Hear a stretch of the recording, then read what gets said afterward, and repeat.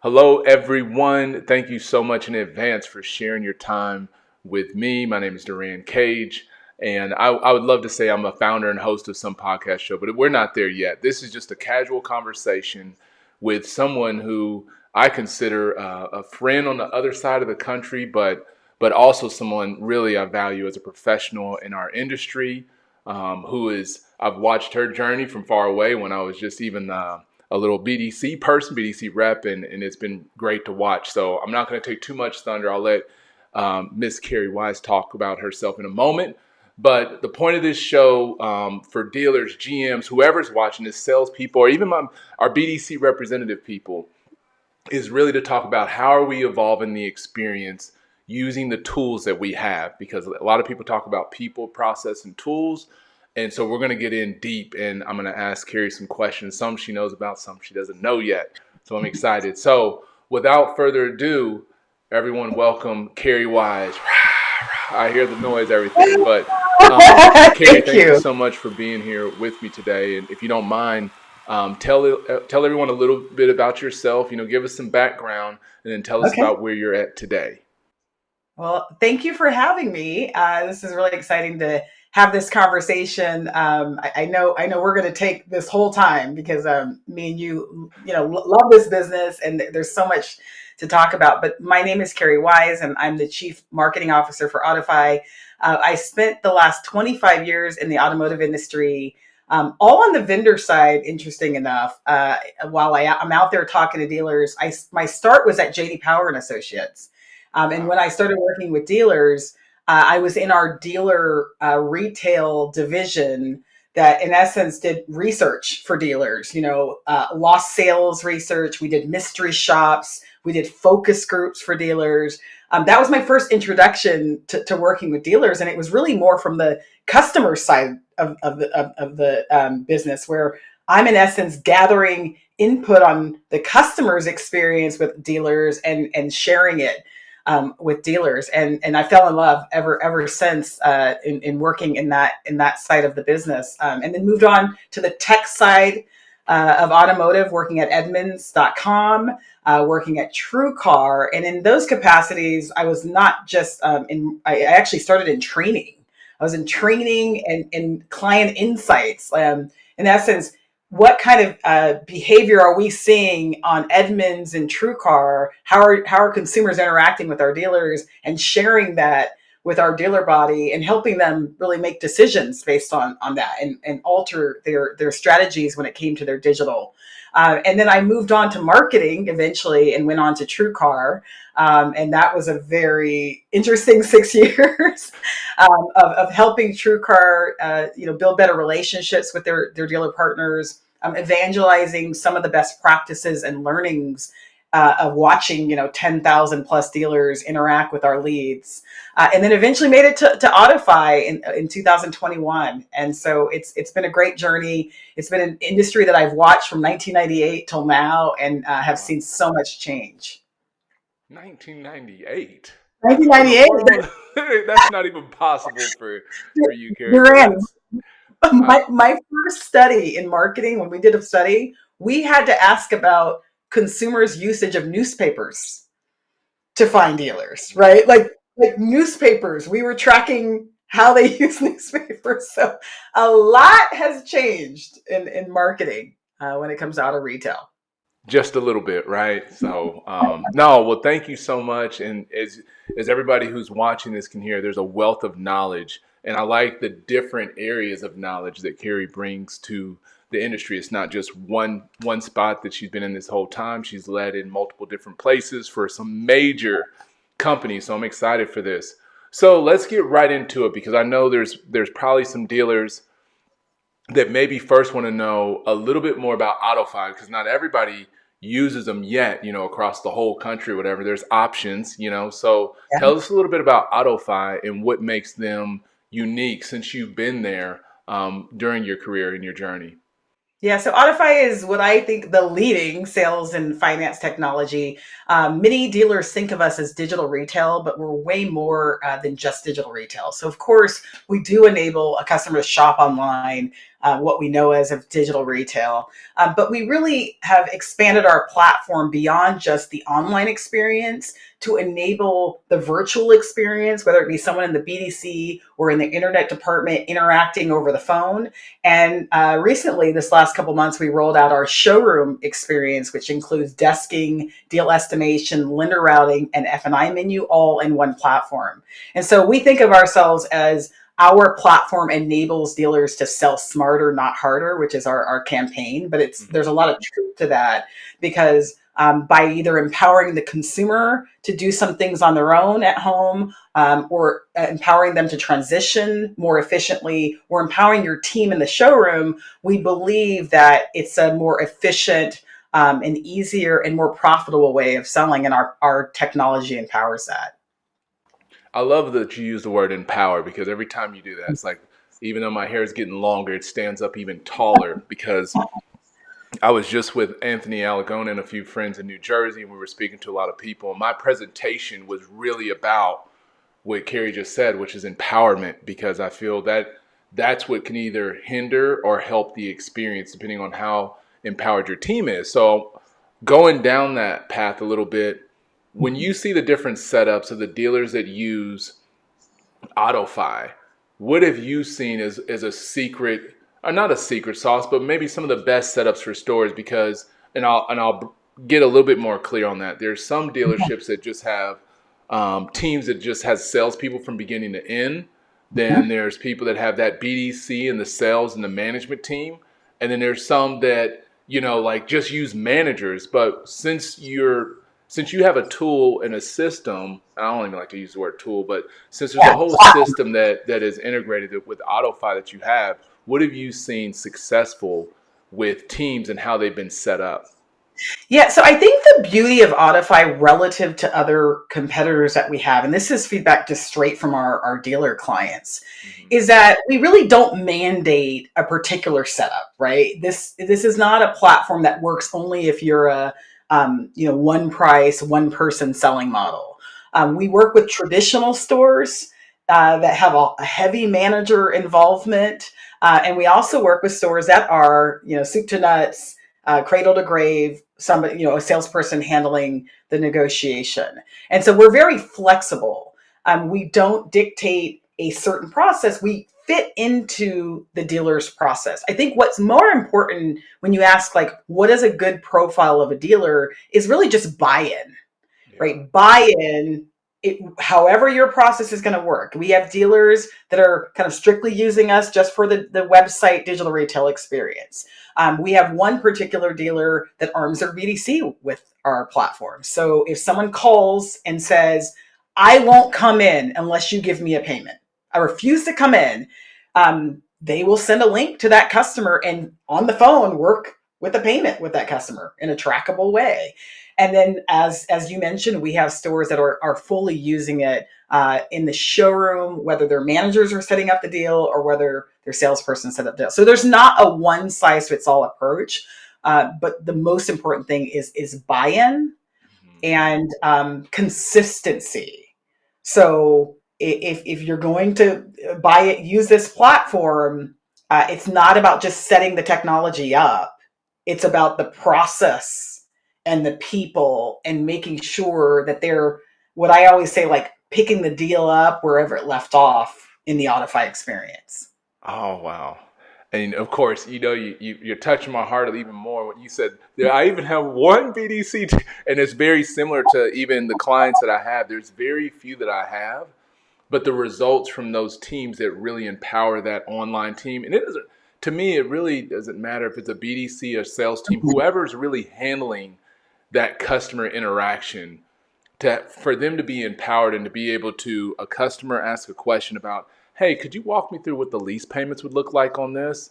And to think that there's a place where somebody's like, absolutely, Kerri, let me pull up something real quick. I'm going to send you a link. Are you in front of a computer or on your phone? To me, that's just a mind-boggling experience that if somebody did that to me, I'd be like, whoa, okay, we're doing Yeah, this now, right? it's really interesting because in some ways, I think I have an advantage kind of coming, like not growing up within auto retail. And I often tell dealers, you have to take yourself outside of what you've been trained and used to. And you really have to flip yourself and put yourself in the consumer's shoes. And so if a consumer is saying, I won't come in because of payment, and you're just trying to get me in, well, no, I can't talk about that. Like it's a weird experience because you don't experience that really in any other industry in which you purchase.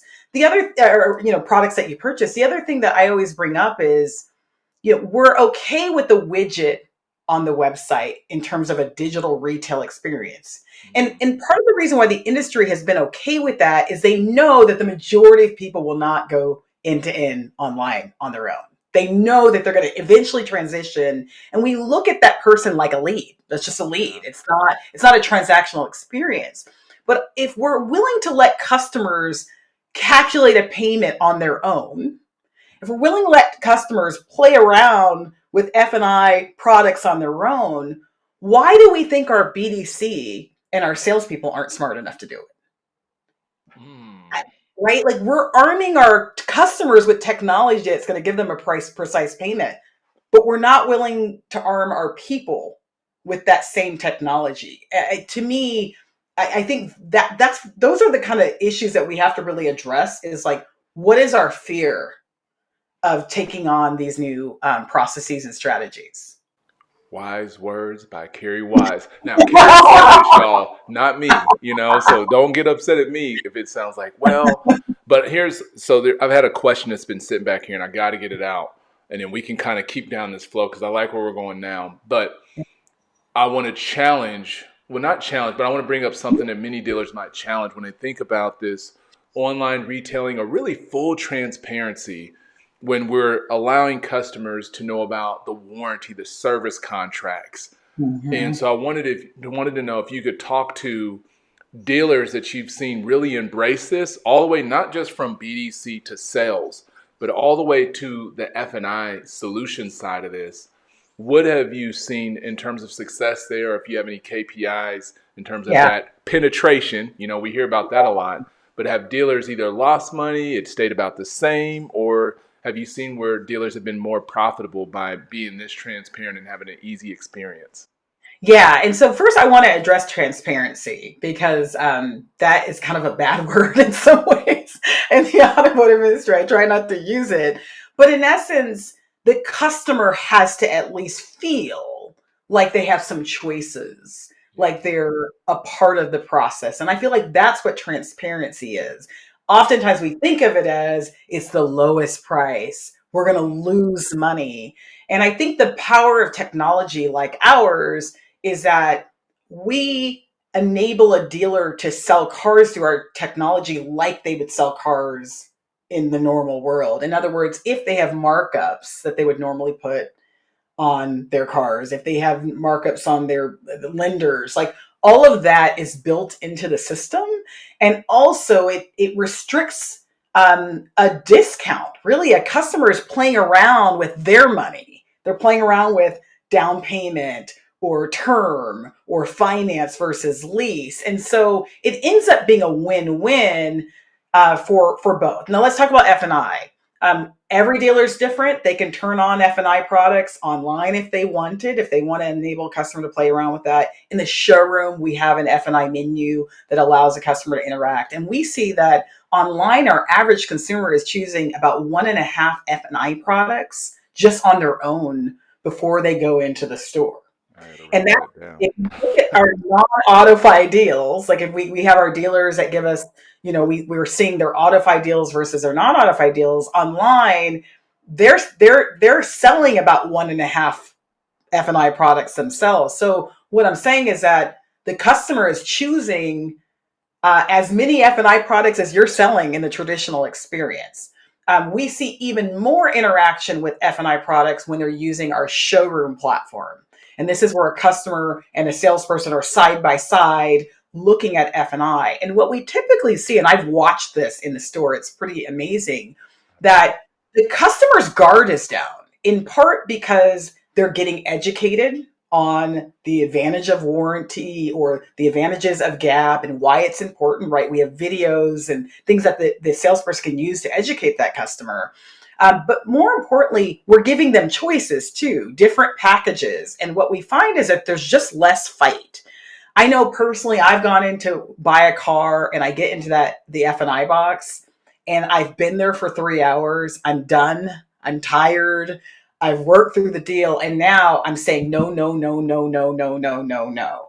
And I think when you involve F&I products and move them up earlier, one, the customer's not fatigued. They haven't been there for hours and hours. You're giving them choices and packages, and they tend to resist and fight less. In terms of results, what we see is that our average AutoFi deal makes $411 more back in profit. And I'm being very specific here. $411 more back in profit for a dealer than their non AutoFi deals. Wow. So they're actually making more money, less fight and more money. And ultimately, the consumer is still very happy because they felt like it wasn't being shoved down their throat. They were involved in the experience. So does the F&I manager or whoever's over that process at that point, are they more there to just um, maybe compliment whatever they selected or still try to upsell or maybe just ask, do you have any additional questions? Was everything clear? Because to me, it would seem like it would change that process if I was in the box. If I'm an F&I person, I might not do a whole pitch of a menu again if a customer has already gone that far down the journey or they've already seen those options. So it depends on the process. So we have certain dealers and many dealers that are very traditional that we don't present F&I products within our experience. You can turn that off and on. Um, for those dealers that have more of a traditional experience, let's say they do have it on their online experience, and let's say the customer chose one F&I product. I consider that a first chance at bat. When the customer comes in and deals with the F&I director, they can say, I see you've chose gap insurance. Great choice. I want to make sure that you understand you didn't choose warranty, and I want to make sure. So it's a second chance at bat. It doesn't hurt anything that the customer got some exposure and education on their own up front. Same thing if the salesperson is introducing it earlier in the negotiation. This doesn't cut into the opportunity. It's just the first chance at bat. And that's how we like to position it. And then our F&I director could sell more if they've missed out. It's a chance to educate them on things they did not choose. So it shouldn't be a replacement. Yeah. It's more an enhancement. We also see that it creates some level of consistency, technology, when you're arming people with technology. Oftentimes consumers trust the screen more than they trust a person. And it also, in terms of the F&I presentation, it gives some level of consistency. Brochures, collateral, videos, things like that can enhance the pitch versus just me talking. And that's exactly what I was telling Gabe and the representative when we were at the dealership the other day. And I'm talking about Gabe Griffin with AutoFi, Yeah. who was a performance manager who saw me. We crossed paths, and so we had a fun time together at the store. But I said he had his screen pulled up to Kerri's point, so he had a laptop, and then he also had a monitor to where me and the representative at the dealership were sitting there like a consumer. And I was like, wow. I said, but the first thing I said to him, I was like, imagine trying to negotiate when those numbers are on the screen like that. It would be weird because you're like, okay, all this is here, so I just have to pick which option. Versus, there's still some dealers that to Kerri's words, traditional, sometimes are still taking a traditional approach with using Sharpies and using a printout Foursquare. And when it has pen and pencil writing or whatever, to me as a customer, it automatically signals to me this is a deal making time. Today, like we're recording this, during this recording, it's the end of the month. And this is the time when people get that Sharpie out and they're like, let's go, let's make deals. But imagine how quick it is and convenient it is to have that process to where a customer can see the numbers real time, live, right there. And then if it did need to be adjusted, can the team communicate back and forth to the sales desk or the tower, whatever we Yeah. call that, or do they get up and go up and just get with them there? Yeah, so let's walk through that a little bit. So, I come back from a test drive, consumer is really excited, ready to go, ready to talk numbers. So it depends on the dealer. A manager can set up that deal already, so we know what car that customer wants. We can pre-qualify them and make sure we understand kind of what they can afford. And it's set up for the salesperson to have that discussion, or the manager can be involved. Let's say the salesperson is having the numbers discussion and it's up on the screen. We're side by side. We're playing around with the deal, finance, lease, down payment, rebates, incentives. That's all built into the system. But the key thing is that there's guardrails. I call them management guardrails, that the manager one at the desk is seeing this whole thing. And if something gets out of whack, or let's say, we do a credit app and my ratios are really off, I don't have enough income, there needs to be a co-buyer, they can now jump into that situation, pull that customer aside. But for the straightforward customers, our dealers love it because it saves a lot of time and it saves a lot of back and forth to that desk. It's not just about the operational efficiency, it's also about the perceptions that we send to customers in our day-to-day process at the dealer. And I always like to say, when you're leaving a customer and you're going to that desk back and forth, the price changes multiple times. It might be for a valid reason. It's a green pea. You don't think they can handle it, but the perception the customer often has is, you're trying to screw me over, Yep. right? Like, what's happening over there? Why is this price changing? Game on. Game on. Now I'm going to see how low can we go. And so I think we have to kind of rethink the way we were trained, the traditions of auto retail, which is like control. Let's not open those curtains too much because otherwise we're going to lose money. It's not what we're seeing. It's actually quite the opposite. Yeah, I'd imagine so. And I'm gonna I'm gonna ask a question because you said something that stirred me a little bit earlier in a good way, but you talked about this is supposed to like amplify the experience. It doesn't replace anybody, and that sounds very Mhm. similar to this AI discussion. Artificial intelligence has come in like strong since the beginning of 2023 when GBT came out. And so it will AI play a role in AutoFi, or is it already kind of playing a role in the experience at some part, whether it be in the showroom, maybe not so much the showroom, but from that online retailing to coming into the CRM? Are you seeing where dealers are embracing using AI with AutoFi, or you already have an AI, or are dealers more with these opportunities are like, hey, let's slow down and really personalize this experience? So we don't use what we would call AI, but we have what we call intelligent lender routing. Okay. And so, for example, one of the areas that we is our bread and butter, it's how we stand out relative to any other competitor, is that when a credit app goes in, whether it be online or whether it be in the showroom, and if you look at the typical process of getting that consumer approved and getting the right lender in front of that consumer. Typically, we're going into a dealer track, a Route One.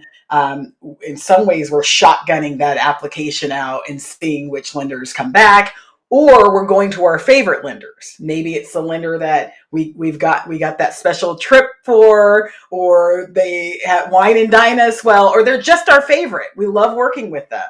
What we have found is that, one, we work with all of the lenders, and what's good for you, Durran, today as a customer, the right lender that's good for you and good for the dealer in terms of profitability, is not the same lender as it was a month ago or 2 months ago, because lenders, their criterias, their approval factors change all the time. And so it's not AI. We're just in tune and locked in to what each of the lenders are doing right now. We also work with the dealer to say, what criteria do you want? What lenders do you want? By credit band. And so we create an algorithm we call smart intelligent lender routing. It's called intelligent lender routing, where we'll take that credit app, the customer profile, the dealer preferences, and then return back three offers in real time in front of the consumer.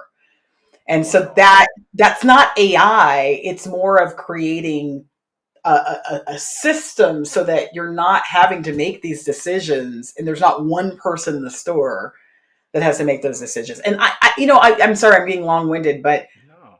I compare it to Google Maps. Okay, so you have to drive your kid to practice and you know the route. You've been on that route 100 times. What you don't know is if there's an accident.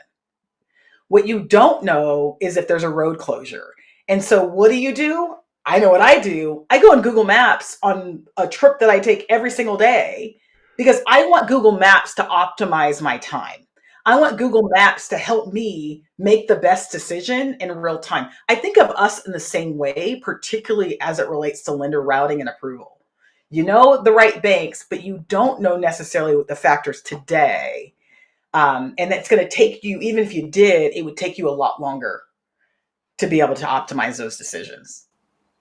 Oh, that's good. No, hey, you're not alone with that, by the way. So I thought it was just me that uses Google Maps in morning just to go down to the farmers market. but I know for those like he must be a millennial. I do memorize where I'm going. Like I know how to get there if the internet No. just shut down. But I'm Yes. with you. If there's a way to even save 3 minutes on my trip, Mhm.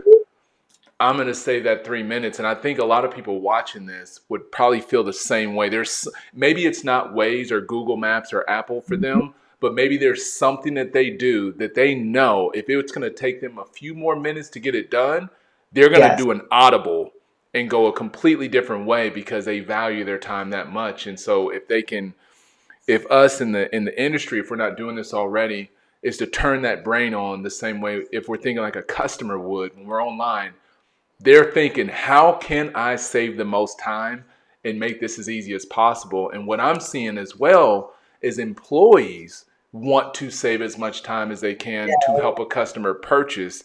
Because if I'm selling 20, 30, 40 cars a month, I cannot go through a lot of back and forth. I cannot go through waiting for F&I to come up with a solution or an offer because they've got 7 customers in front of them. So having something like this, again, depending on the dealer, I'll make that asterisk, depending on Mhm. their process and where they want to go, um, I think that's a great option. So I do want to back that up then. Yeah. Let's say if I'm a dealer, I'm listening to this show right now or a general manager, whichever, and you're like, you know what? I like what they're saying. And I think we need to embrace a more modern approach, something that's a little bit more frictionless. What would you say then, Kerri, to that dealer is maybe their first step that they should take at their store if they're looking to embrace a much more seamless experience? Yeah, I mean, I think the key is really to reckon with what you're comfortable with, first of all. So, Mm-hmm. like I said, we don't really push a process on anyone, but if you're going to use us, commit to that.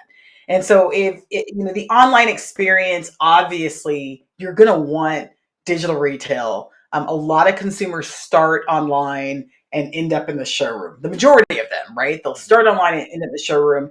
And I like to say, rather than buy third party leads, you should be strengthening your own digital showroom, and digital retail is a huge part of that, Yes. right?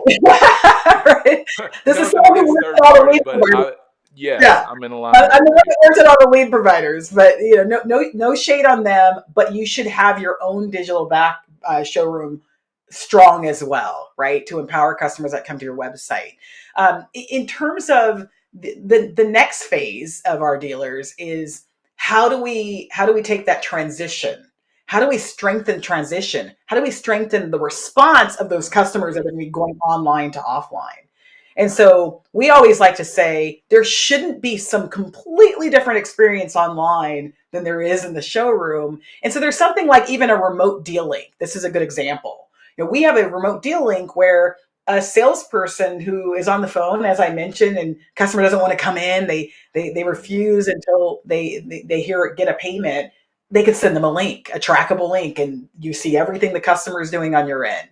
Or it could be a customer that abandons the online experience. Your BDC, your internet department's trying to reach out to them. They're not responding. Some of our dealers will invite them via that link. I love And a it. lot of times they're adding value and the customer's more willing to respond or re-engage and go back into their digital experience. And so that would probably be phase two, is this whole transition between the online and offline. Phase three would probably be in the showroom, and maybe starting off with a first pencil. Maybe you're not doing everything, you're not doing full showroom experience, but that first price offer, instead of getting that Sharpie out and that Foursquare, we're working with the customer really to land them on the right car. I mean, really, that's what it is. It's not a full negotiation. It's let's get you pre-qualified. Let's do a soft pull of your credit. Let's work around and see, are you want to finance and lease and all of this. Let's gather what you're looking to do so I can go talk to my manager. And in some ways, you're using it as a needs assessment, as an understanding of where that customer wants to be in terms of payment. And that will guide kind of the next step of the negotiation. And then the last phase on this kind of continuum, this journey, is the full showroom experience. And that means that no matter where the customer is, whether they're online, whether they're on the phone, whether they're in the showroom, the technology is empowering that conversation. And to me, that is full transactional experience. If I get a price online, I'm likely going to see that same price when I'm in the store. And that's goals. Like, I mean, that's where I think the future is going. And I think the dealers that are moving in that path now are going to have a huge advantage, particularly as consumers start to evolve. Wow. No, thank you for that. I mean, I've got a page full of notes. So I'm going to ask a tactical question that I'm always Yeah. trying to think what people might be thinking or saying as they're listening and watching this, maybe as a concern or whatever. And one concern or question I would have watching this or listening would be around the integration with CRMs. How does that work? So if a general manager is sitting here watching this, like, well, we normally desk out of our CRM tool.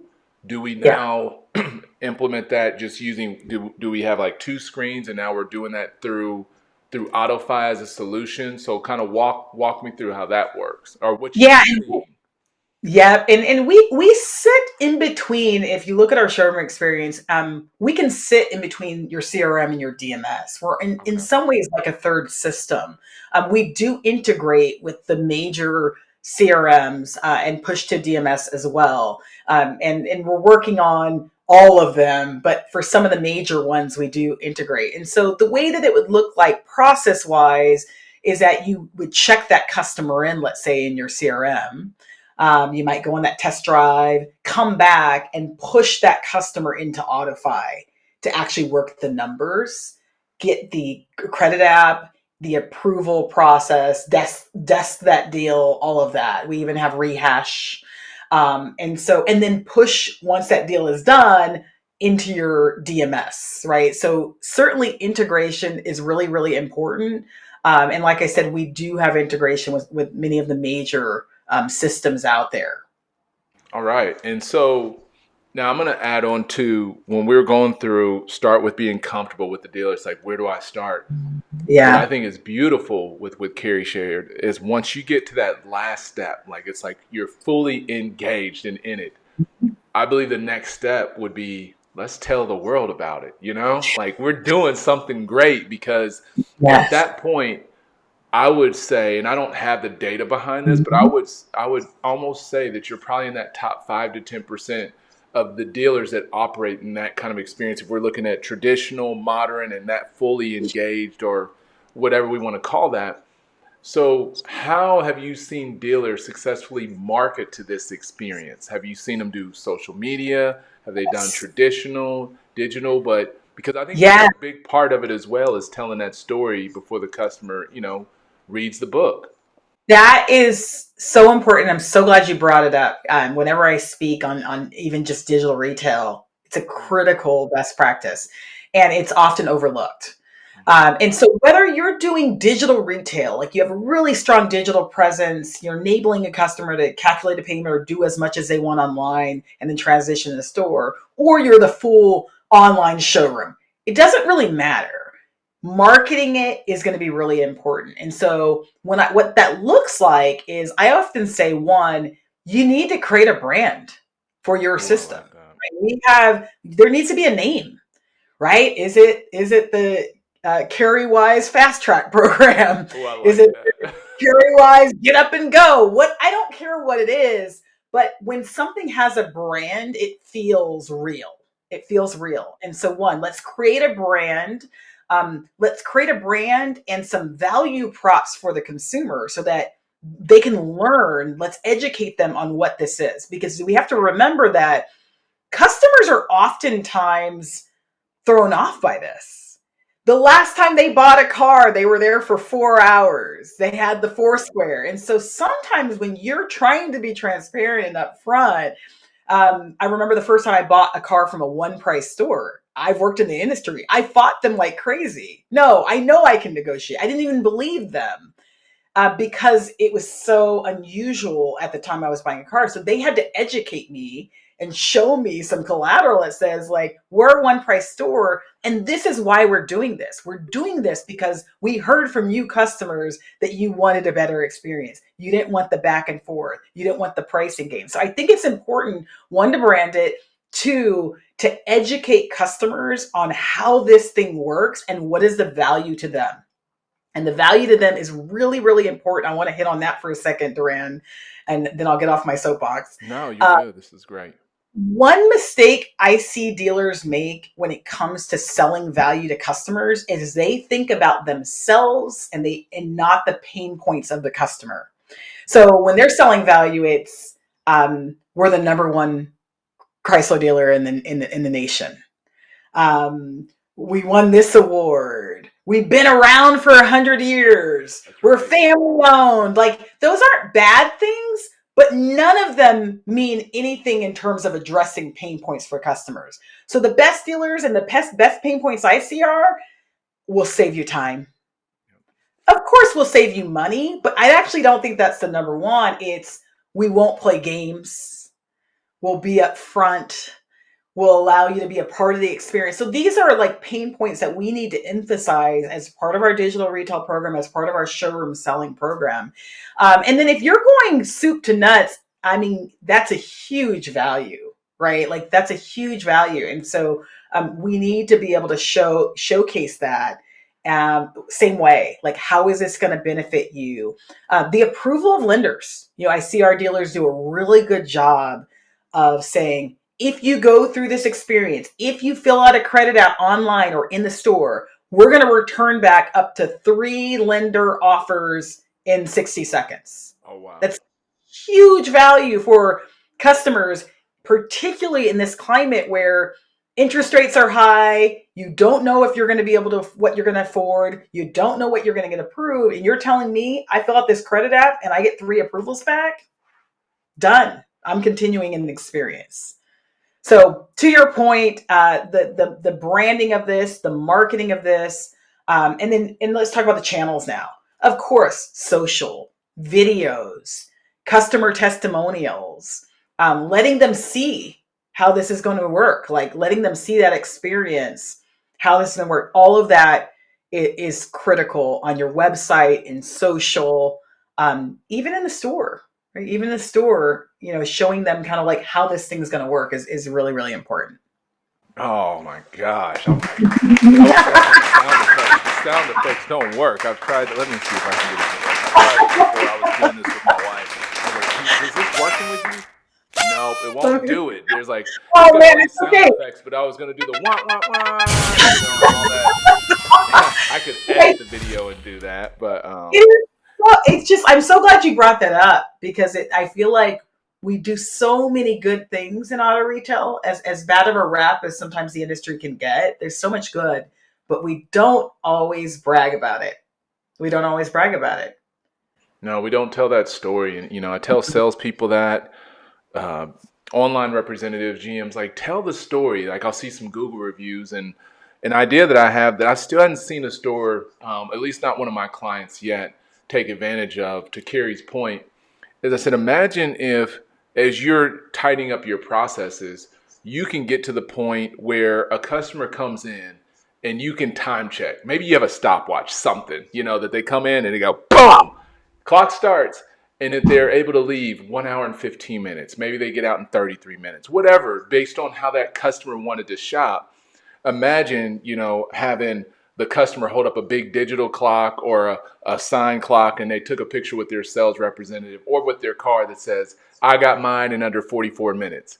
And if you took a stream of those and you could do videos with it or post it on social media, much better story. Because when other customers, I posted about this recently, I think it said 79% of customers look at reviews online as they would Mhm. from a friend or a family member. And when I saw that, I was like, almost 79%? I You believe it. know, I mean, that's strong. So, to your point, rather than us talk about how great we are or we're talking about deals, because that's going on a lot right now. Yes. It's Price, everybody's price. going back to 10,000 off, 20 grand off. Yes. And what I'm noticing, Kerri, when I'm consulting, especially with the online teams, when you market that way, that's what you get. Yes. So Exactly. so now I'm training, like literally today, this evening, I'll be doing another course from here, talking about overcoming objections and all this other stuff. Because the more that a dealer talks about save deals, blah, blah, blah, the more they're attracting customers that are looking for even a more of a deal. But then when there's that dealership that's really talking to that experience, they're having customers come in and asking about how can they create or start or do that experience. So I hope everybody heard Kerri say that. Like, you can tell this story and it will help you attract the clientele that you want and create a much more frictionless experience. There's no new ideas, Duran. Because I'm going to tell you, I promise you, in the last 2 weeks, have said exact same idea as you, which Yeah. is, it was more on our end of, we work with dealers who are selling cars in 45 minutes, in Wow. less than an hour. And so, believe me, if you see a marketing campaign where we're going to start sharing and say, hey, dealers, post your picture of your fastest deal, because it's to your point, like, sharing that is going to be really, really critical. And what I oftentimes see is, I see social posts of dealers with their customers, but that doesn't tell me the story of what happened. That tells me they bought a car, of course, but it doesn't give the details. So I love that idea. And if you think about it, when you go through a drive-through, this is what made me think about it. You go through a drive-through. Do you ever notice they actually have a clock up? Right at the Right? very end. Yeah, like McDonald's or Yeah. wherever Taco Bell, and they have a clock up, and they have to like reset that clock every time. And imagine if at a dealership you had that same clock, and it's like, look, my goal today is to get you in and out in an hour and a half. In fact, if I don't get you in and out an hour and a half, I'm gonna give you back this. I don't know, like, right, like that would be an amazing, amazing experience. Yeah, and I believe, and we'll start bringing it to a close here. I'll ask you one more Yeah. crazy question. But what I would challenge dealers to do as they're hearing this is, um, it's sometimes it can be unpopular for me to say this, but just look at also your compensation as well. And I know it's completely off Mhm. topic, but sometimes compensation can drive behaviors.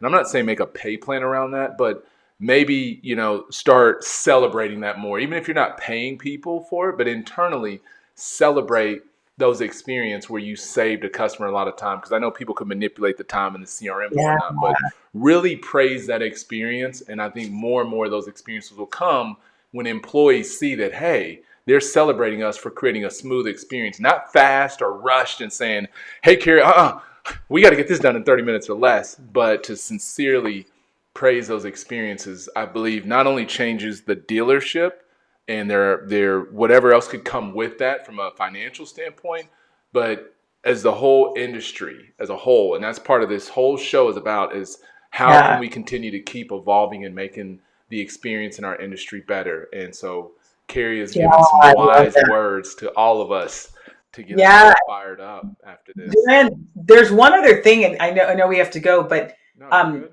when you use technology like AutoFi, it actually, and other technologies out there, I don't want to make it seem like we're the only one out there, but our clients have told us that they can actually attract and hire a different type of salesperson. because the technology Yeah. is now strengthening this conversation. And so I met, for example, I was at a dealership and I met a woman who was a hairstylist before she came into the dealership and selling 20 something cars a month. I met an Amazon warehouse worker who's selling 30 cars a month. F&I penetration in that store was a soup to nuts dealer. They're selling F&I products. Why? It's not because they actually came in with skills. They haven't been selling cars. They don't know more than the average salesperson, but the technology actually guides their conversations and gives them confidence in a way, if they did not have it, they would not be as successful. That's so genius. It's kind of like the Yeah. way reason why people I bet go and work at some of the cell phone companies, the tech places, because they know they're like, I can go here and I Mhm. can. Oh, that's genius. Yeah. That's The a system. whole different kind of employee that you could attract, especially again as you're promoting that. So this ties back into that marketing, right? Yeah. You got future employees that are watching how you market. So if your future employees are watching that, or it could be customers that turn into employees, that's when you know your process is really dialed in. Yes. How many Yeah. customers have turned into salespeople at your dealership? If there's not many in the last 6 months, that might be your red flag to say, hey, Good we might need to point. change something because when Yeah. it's good, Exactly. people come back for more and they even wanna join the team. So that's good. Yeah. That's really good. Oh my gosh. Okay. We can talk Well, another hour, but we we can't. could. Thank you so much, Kerri, for doing this. I really do appreciate it. But my last question is this is getting into 2025. What, or I should say, who will be in the Super Bowl? Maybe I was going to say, what does the industry look like next year? But I was trying to do it with a straight face as long as I could. Who's going to be Where's in the Super Bowl next year? Go. I know you're looking for it. hold on. I got to pull up my old poster from the 80s when I was I a knew kid. it. I This is knew it the was class. coming. Because your boy here is your boy here is a Chiefs fan since 1994. Oh, Ah, no. I didn't so know I yeah. was speaking to the enemy. I wouldn't have done this podcast if I would have known that. Oh man. Oh. Pain Um, is too recent. I can't even talk about this topic. So, next. I felt for you. I saw your post on there. I was telling Paige before I got on here, I said, you know, she's a big 49ers fan. But I will say this I was a crazy 49ers fan when I used to live in Dayton, Ohio. So I used to have the Jerry Rice jersey, and I had a Oh, friend of mine named Josh who had the Steve Young jersey. And when I say we played for hours every day, I was Jerry and he was Steve. It was on like all day long. The only reason why I became a Chiefs fan finally is because I got tired of rooting for two teams. And my dad has always been a Chiefs person, Joe Montana, all that. And I just yes. it created a better connection with me and my dad because he didn't really care about the 49ers. But so when this Super Bowl happened, all my friends from back in the day were texting me like, dude, how do your teams keep coming in? I was like, well, I don't really root for the Niners anymore, but I said I will if they win. I mean, You claim, well, it was my birthright. I was born in San Jose, California, born and raised in the Bay yeah. Area. So it's my birthright. But I'm a little bitter that you use Joe Montana as the Kansas City example when he really No. was the Fort Myers. Okay, so just to clarify, I'm not gonna let you get away with You that. notice I waited to the end of the show. I didn't say at the beginning, like, hey, what do you think about that Super Bowl? I waited to the very end. And I was like, I wonder if I could I pull it off without laughing. And I couldn't make it. Like, I was trying so hard to set it up like I was I going would to have ask you had to about your crystal decline ball for this. the industry. So, Well, I have a anyways, crystal ball. 49ers will be in the Super Bowl next year. I will not be. This was my second Super Bowl that I've gone to. I will not be there because I am convinced that I am the bad luck in why we can't win a Super Bowl the last 5 years. no, they'll get it. I'm sure the next time, third time's a Thank charm, you. and we'll see how that works out. So Yeah, now I do thank want you. to let people know if they want to connect with you or follow you or get more information about you or the AutoFi people. How would they do that?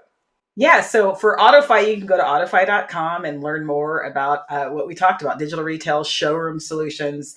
For me, you can reach out to me on LinkedIn and you can email me, kwise at autofi.com. Kwise, KWISE at autofi.com. All good. Well, thank you so much. This was not some kind of sponsored show, so I'm not an affiliate or No, anything like that. This was, again, this was educational, talking about the experience, and I got to connect with someone who I value so much, and I'm sure all of you can see why now. And so I thank you so much, Kerri, for sharing your time with us, and thank you to the AutoFi team for allowing you to share that time with me as well. So thank you so thank much. you. Keep on doing the good work, Durran. All right. Thanks, Kerri. Take care. Thanks.